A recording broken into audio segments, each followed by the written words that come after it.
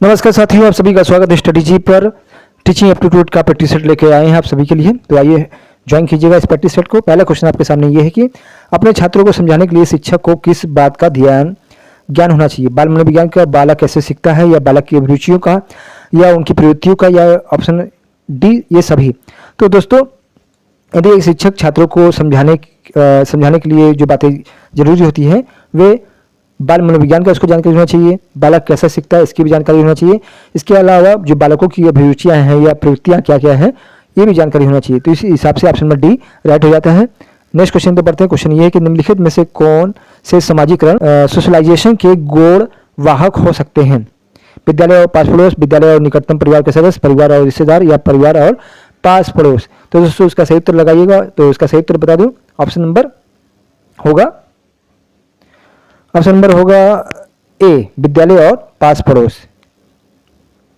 तो विद्यालय और पास पड़ोस जो समाजीकरण के गुण या सेकेंडरी वाहक होते हैं जिससे बच्चे सामाजिक चीजें सीखते हैं। नेक्स्ट क्वेश्चन है कि ग्रामीण क्षेत्रों को उत्थान का लक्ष्य होना चाहिए। प्राथमिक और प्रौढ़ शिक्षा का प्रसार, नगरीय सुख सुविधाओं का विस्तार, उच्च शिक्षा का प्रसार, या ये सभी। तो इसका सही उत्तर चलेंगे ऑप्शन नंबर ए की तरफ, प्राइमरी और प्रौढ़ शिक्षा का प्रसार करने का लक्ष्य होना चाहिए। नेक्स्ट क्वेश्चन है कि अभिभावक अपने बच्चों के लिए टीचर से आशा क्या करते हैं, कौन सी आशा करते हैं। निष्पक्ष व्यवहार की, सहानुभूति और प्रेम की, योग्यता और ज्ञान की, या ऑप्शन डी है कि ए और बी दोनों की। तो दोस्तों उसका सही उत्तर लगाइएगा ऑप्शन नंबर डी की तरफ, ए और बी। मतलब निष्पक्ष व्यवहार हो टीचर का, वे चाहते हैं, और सहानुभूति और प्रेम की भावना हो टीचर में, ये अभिभावक अपने बालकों के लिए चाहते हैं एक टीचर में।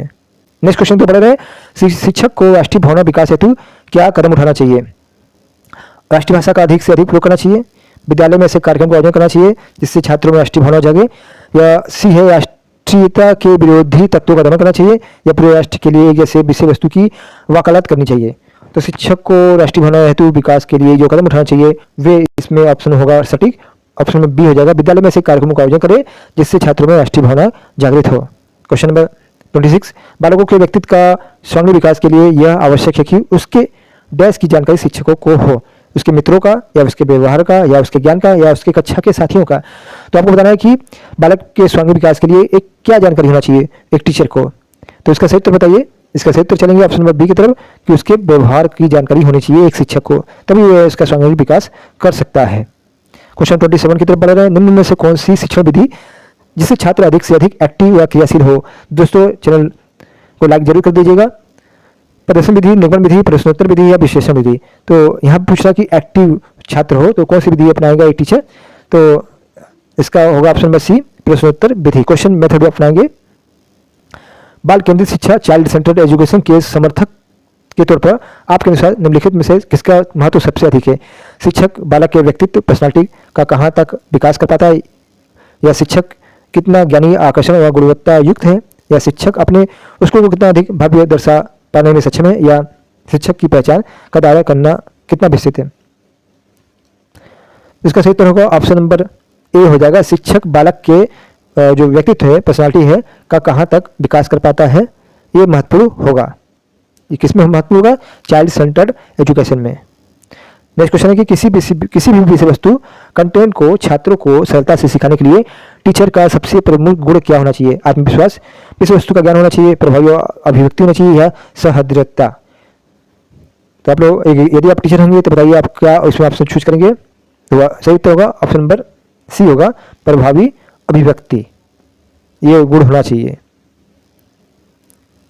नेक्स्ट क्वेश्चन है कि एक छात्र की दृष्टि से विद्यालय में छात्र संघ संगठन के बारे में आपकी धारणा क्या है। तो एक छात्र की दृष्टि से आपकी क्या धारणा बनेगी। इनमें कोई लाभ नहीं है, विद्यालय में दादागिरी फैलती है, शिक्षकों के अन्यायों के विरुद्ध लड़ने का एक साधन है, या छात्रों के नेतृत्व की भावना बढ़ती है। तो छात्र के अनुसार यदि छात्र संघ संगठन होता है तो इससे क्या होता है, छात्रों में नेतृत्व, लीडरशिप की भावना बढ़ती है। क्वेश्चन 31, शिक्षक में छात्रों के सर्वाधिक भागीदारी संभव है। शिक्षण में छात्रों की सर्वाधिक भागीदारी संभव है किसके द्वारा, व्याख्यान विधि द्वारा, चर्चा विधि द्वारा, पुस्तक विधि द्वारा, या स्वर्ण दिश सामग्री द्वारा। तो व्याख्यान विधि द्वारा जो होता है इसमें टीचर की सर्वाधिक भागीदारी होती है, तो ये ऑप्शन गलत हो जाएगा। पुस्तक विधि द्वारा ये भागीदारी संभव नहीं हो सकती, और स्वर्ण दृश्य सामग्री में भी सर्वाधिक भागीदारी नहीं होती है, बल्कि चर्चा विधि में यदि स्टूडेंट को रखा जाए तो इसमें उसकी सर्वाधिक भागीदारी संभव होगी। तो ऑप्शन नंबर बी राइट हो जाता है। नेक्स्ट क्वेश्चन है कि निःशुल्क एवं अनिवार्य राइट टू एजुकेशन 2009 प्राइमरी शिक्षा लागू होने के फलस्वरूप क्या हुआ? बालकों में साक्षरता बढ़ी, ग्रामीण क्षेत्र में साक्षरता बढ़ी, देश में साक्षरता बढ़ी, या ऑप्शन डी ये सभी। तो RTE 2009 के अनुसार प्राइमरी शिक्षा के क्षेत्र में क्या हुआ? ये सभी चीजें बढ़ी, मतलब बालकों में साक्षरता बढ़ी, ग्रामीण क्षेत्र में साक्षरता बढ़ी और देश में साक्षरता बढ़ी। तो कभी आपसे पूछ सकता है कि राइट टू एजुकेशन कब लागू हुआ? तो 2009 में लागू हुआ था, ये ध्यान रखिएगा, और ये प्राइमरी सेक्टर के लिए था। शिशुओं के लिए शिशुशाला प्ले ग्रुप में आवश्यक है, क्या आवश्यक है? खेल के अवसर प्रदान करना, सामान्य ज्ञान देना, भाषा पढ़ाना या कहानियां सुनाना। तो बहुत अच्छी क्वेश्चन है, बहुत अच्छा क्वेश्चन है। तो इसका सही उत्तर चलेंगे ऑप्शन नंबर ए, खेल को अवसरों को प्रदान करना प्ले ग्रुप का एक महत्वपूर्ण तत्व होता है।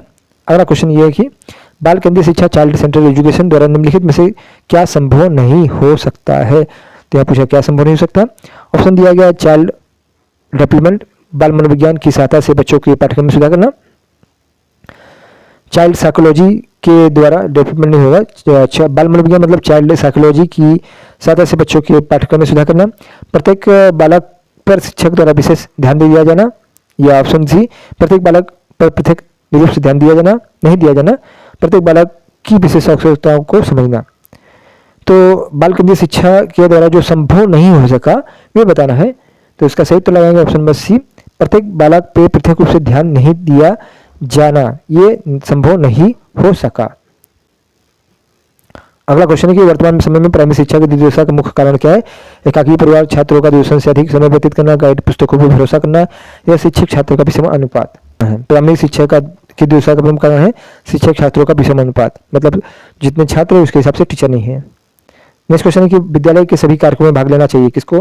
विद्यालय के सभी कार्यक्रमों में भाग लेना चाहिए, क्योंकि इससे क्या मिलता है? सीखने का अवसर मिलता है, व्यक्तित्व का विकास होता है, आत्मविश्वास के विकास में सहायता मिलती है, ये सभी। तो दोस्तों इसका सही उत्तर लगाइए ऑप्शन नंबर डी, ये सभी। नेक्स्ट क्वेश्चन है कि जो आपकी सही आलोचना क्रिटिसिज्म करता है तो उसके साथ आपका व्यवहार अपेक्षित होगा। कैसे व्यवहार अपेक्षित होगा? एक मित्र के रूप में, एक मूर्ख के रूप में, एक आलोचना के रूप में, या उनमें से कोई नहीं। सही उत्तर चलेंगे ऑप्शन नंबर एक तरफ, एक मित्र के रूप में व्यवहार अपेक्षित होगा। नेक्स्ट क्वेश्चन की तरफ बढ़ते हैं। छात्रों में अनुशासन बनाए रखने के लिए एक शिक्षक की कौन सी भूमिका सराहनीय है? शिक्षक की अपनी योग्यता है, शिक्षक का विचार, शिक्षक का व्यक्तित्व, या शिक्षक की कक्षा प्रबंधन क्षमता। सही उत्तर की तरफ चलेंगे ऑप्शन नंबर डी, शिक्षक की कक्षा प्रबंधन की क्षमता। किस छात्र को आप श्रेष्ठ मानते हैं? जो शिक्षक को सम्मान दे और उनकी आज्ञा माने, जो सुशील और शर्मिला और अनुशासन में रहे, जो शिक्षा ग्रहण करने में और अध्ययन करने में रुचि रखता हो, या डी है जो नियमित पाठशाला आता है और कक्षा का मॉनिटर है। तो आप बताइए कि आप किस छात्र को सबसे अच्छा मानेंगे, श्रेष्ठ मानेंगे? सही उत्तर चलेंगे ऑप्शन नंबर सी। सही उत्तर की तरफ चलेंगे ऑप्शन नंबर सी, जो शिक्षा ग्रहण करने में और अध्ययन में रुचि रखता हो उसे ही आप श्रेष्ठ मानेंगे। लास्ट क्वेश्चन ये है कि एक प्रभावी अध्यापक के लिए आवश्यक नहीं मानते हैं, एक प्रभावी अध्यापक के लिए आवश्यक नहीं मानते। क्या आवश्यक नहीं मानते?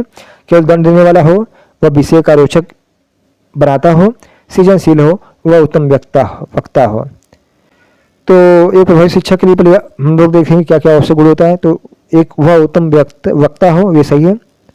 सृजनशील हो, ये भी ठीक है। उत्तर हो जाएगा ऑप्शन नंबर ए, केवल दंड देने वाला एक अध्यापक नहीं होना चाहिए। मिलते हैं नेक्स्ट प्रैक्टिस सेट के साथ, और अपनी तैयारी जारी रखें। तैयारी जीत की है और एक सीट आपकी इस बार पक्की होगी। चैनल को अभी तक सब्सक्राइब नहीं किया तो सब्सक्राइब कर लीजिएगा, बेल आइकन को प्रेस कीजिएगा, जिससे समय से आपको वीडियो मिलता रहे। और भी अन्य प्रैक्टिस सेट को देखना है तो डिस्क्रिप्शन पर लिंक दिए, जाकर देख सकते हैं।